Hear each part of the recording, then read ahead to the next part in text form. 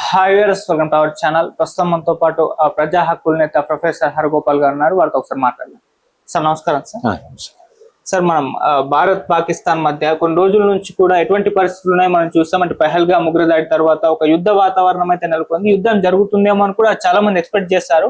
So ఆ లెవెల్లో దేశం మొత్తం కూడా నమ్మింది. కానీ సడన్ గా రెండు దేశాల మధ్య సీజ్ ఫైర్ అమలు కావడం, కాల్పుల విరమణకు భారత్ కూడా యాక్సెప్ట్ చేయడం, దీనికి మళ్ళీ మొదట ట్రంప్ అంటే ట్వీట్ చేశారు, మేమే మధ్యవర్తిత్వం వహించాం, ఇద్దరిని కూడా మాట్లాడి ఈ కాల్పుల విరమణకు యాక్సెప్ట్ చేయించామని చెప్పేసి కూడా చెప్పారు. అసలు ఏం జరిగింది అంటే యుద్ధం జరుగుతుంది అనుకున్న నేపథ్యంలో ఇలా కాల్పుల విరమణ జరగడం, సో ఇది ఏ రకంగా చూడొచ్చు? ఇది మంచిదే అంటారా? మీరేం చెప్తారు సార్? అంటే భారతదేశము పూర్తి స్కేలు యుద్ధము చేయాలని అనుకుందా లేదా మనకు తెలియదు. కానీ మొత్తం మీద ఈ పహల్గాము సంఘటన జరిగిన తర్వాత అది దేశాన్ని కాస్త దిగ్భ్రాంతికి గురి చేసింది. ఎందుకంటే కేవలం సెలవులు గడపడం కొరకని కుటుంబాలతో ఒక హాలిడే కొరకని పోయిన వాళ్ళని కుటుంబాల ముందర, కుటుంబ సభ్యుల ముందర చంపడం అనేది అది చాలా దుర్మార్గమైన చర్య. అది దేశంలో అందరూ కూడా ఫీల్ అయ్యారు. ఏమి సంబంధం లేని వాళ్ళని వెళ్ళి అలా చంపడం కూడా చాలా క్రూరంగా అంటే భార్య ముందర భర్తను చంపడం. అవును, అది పిల్లలు దగ్గర తండ్రులను చంపడం, అది ఒక రకంగా భారతీయ జనతా పార్టీ ఈ సంఘటనకి సరిగా స్పందించాలి అని దేశంలో తప్పకుండా ఒక డిమాండ్ ఉంది. కనుక ఏం చేయాలి, ఎట్లా చేస్తే దేశంలో ప్రజలు మనం సరి అయిన జవాబు చెప్పాం, పాకిస్తాన్ కాదు కానీ టెర్రరిస్ట్ అనుకున్నా, టెర్రరిస్ట్ పాకిస్తాన్ ప్రేరేపించే వాళ్ళ కాదా అనేది అది వేరే సమస్య. ఇక్కడ దేశం ఉండవలసిన వస్తుంది, కానీ వాళ్ళు కొంత షెల్టర్ ఇచ్చి కొంత ఇచ్చేస్తున్నారు అనేది చాలా కాలంగా వాళ్ళ మీద ఈ ఆరోపణ ఉంది పాకిస్తాన్ మీద.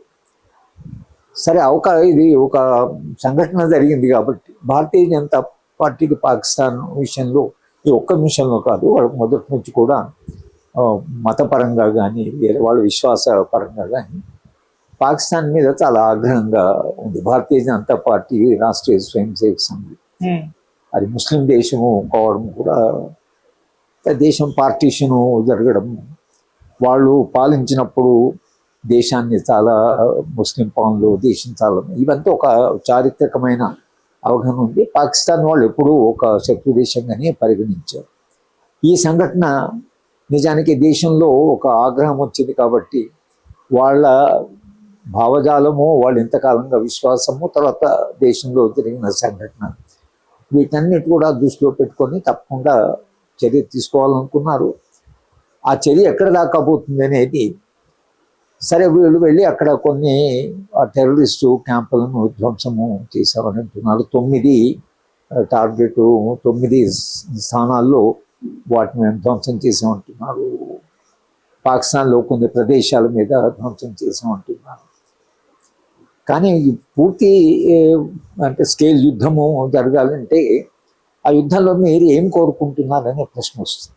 యుద్ధానికి ఒక లక్ష్యం ఉండాలి కదా.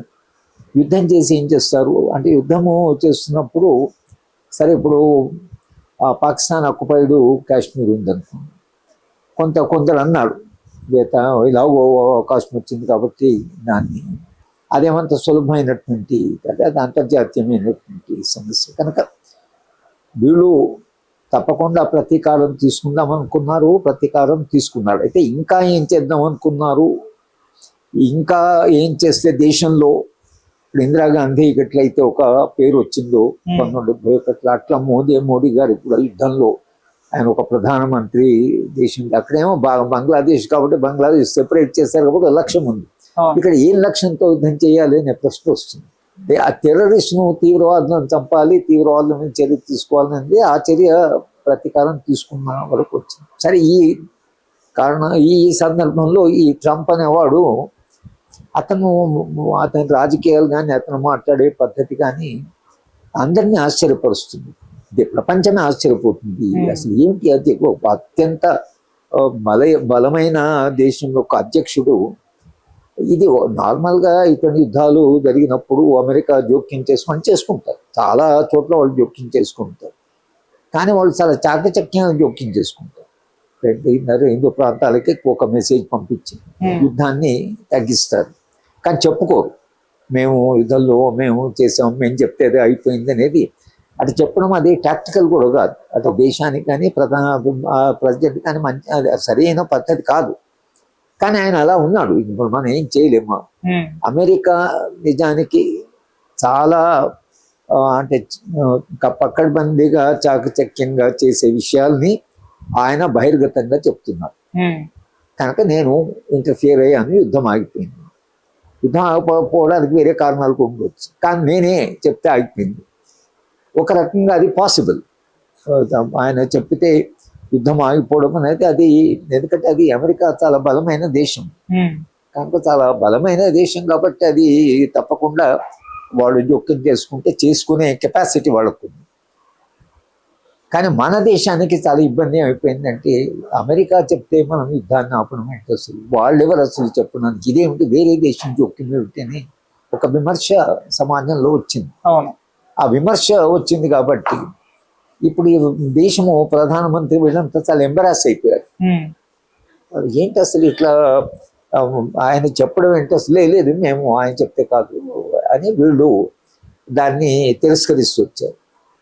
తిరస్కరించుకొని మళ్ళీ మళ్ళీ చెప్తున్నాడు, రుద్రబాబు నువ్వు చాలా అసలు నువ్వు చెప్తే కాదు మేము అని. అందుకని భారతదేశం ఏంటంటే ప్రతిపక్ష పార్టీలు ప్రజాభిప్రాయం కూడా ఏంటి ఎవడో చెప్తే మనం పని చేయడం కానీ చేయకపోవడం కానీ, మనకు స్వతంత్ర దేశంగా మనం నిర్ణయాలు తీసుకోవాలి, కానీ అమెరికా చెప్పడం ఏమిటి అనేది ఆ చర్చ అక్కడ ఆగింది. కనుక ఇవాళ వివాదం ఏమిటి దేశంలో, మన దేశం సార్వభౌమ దేశం. యుద్ధం చేస్తామా చెయ్యమా, యుద్ధం ఆపుతామా యుద్ధం కొనసాగిస్తామా అనేది అది మన చేతిలో ఉండాలి ఏ సార్వభౌమ దేశానికి. పాకిస్తాన్ అంత ఎంబరాస్ కావడం లేదు. పాకిస్తాన్ మేము జోక్యం చేసుకుంటే యుద్ధం ఆగిందని వాళ్ళంతా ఇది కావడం లేదు. కానీ మన దేశం మాత్రము, ముఖ్యంగా మన ప్రధానమంత్రికి ఒక ఇమేజు, తర్వాత సర్వ సత్తా కలిగిన మనిషి, తర్వాత ఒక బలమైనటువంటి ప్రధానమంత్రి, ఇవన్నీ ప్రొజెక్షన్ జరిగినాయి. కాబట్టి ఏదో అమెరికా యుద్ధం ఆపంటే ఆపిందోనంటే నరేంద్ర మోడీ గారి image, Bharatiya Janata party image, ఆ ఎంబరాస్మెంట్ ఏదైతుందో అది ఇవాళ మన దేశంలో జరుగుతున్నది. అంటే దీంట్లో పూర్తి సత్యం లేదని కాదు, తర్వాత పూర్తి సత్యం ఉందని కూడా కాదు. ట్రంప్ లాంటి వాడు ఫోన్ చేసి ఉంటాడు, ఎందుకంటే చేయకుండానే చేసి ఉంటాడు, ఇద్దరికి చేసి ఉంటాడు.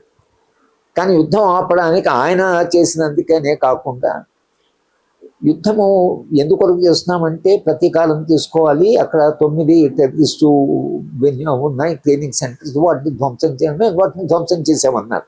చేసినాక ఇంకేం చేస్తారు అనే ప్రశ్న కూడా వీళ్ళకుంది. కనుక తప్పకుండా యుద్ధము అక్కడ ఆగకుండా ఇంకా ముందుకు పోవాలంటే దాని లక్ష్యం వేరే ఉండాలి. పూర్తిగా పాకిస్తాన్ సైన్యాన్ని, పాకిస్తాన్ అక్కడికి ఎయిర్పోర్ట్ను ధ్వంసం చేశాము, నేవీ సెంటర్ అని అంటూనే ఉన్నారు. కానీ ఇంకెంత ధ్వంసము చేయాలనుకున్నారో ఆ ధ్వంసం ఆగిందా లేదా అనే దగ్గర ఆగింది. కానీ అంతకంటే ముందు పోతే ఏం చేసేవాళ్ళు అంటే పూర్తిగా బలహీనపడుతున్నాం. పాకిస్తాన్ ఇంకా సైన్యపరంగా తర్వాత ఇంకా బలహీనపరిచేదాకా పోయేవాళ్ళేమో. కానీ అంతదాకా పోకుండా ఏ కారణం వలన అయితే, ఒకటి మనం ప్రతీకారం తీసుకున్నాం కాబట్టి యుద్ధం ఆగాలి. రెండవది అమెరికా కొంత సుముఖంగా లేదు కాబట్టి. మూడోది అంటే చైనా కూడా పాకిస్తాన్ ఇంకా మన యుద్ధాన్ని ఇంకా ముందు తీసుకెళ్తే చైనా దాంట్లో జోక్యం తీసుకుని, ఎందుకంటే పాకిస్తాన్ చైనా మీద చాలా ఆధారపడింది. చైనా మీద ఆధారపడి చైనా జోక్యం చేత యుద్ధం ఆగితే అది ట్రంప్ లాంటి వాడికి చైనా యొక్క బలం పెరిగినట్టు. కాబట్టి ఆ కారణం వల్ల కూడా ఆయన జోక్యం చేసుకోవచ్చు. కానీ మొత్తంగా జరగడం ఏంటంటే యుద్ధం అయితే ఆగింది, అంతవరకునే ప్రాణ నష్టము. తర్వాత ఇంకొకటి ఆర్థిక వ్యవస్థ కూడా చాలా దెబ్బతింటుంది. ఇప్పుడు ఆల్రెడీ లెక్కలు చెప్పడం, మన రేట్ ఆఫ్ గ్రోత్ కానీ, దేశంలో ఉండేటువంటి ఉత్పత్తి కానీ, లేకపోతే రా మెటీరియల్ ఇంపోర్ట్ కానీ, ఇవన్నీ కూడా కనుక కార్పొరేట్ ప్రపంచానికి యుద్ధ వాతావరణం కావాలి, కానీ యాక్చువల్ యుద్ధం వద్దు. కార్పొరేట్కు ఇటువంటి ఒక వాతావరణం కావాలి.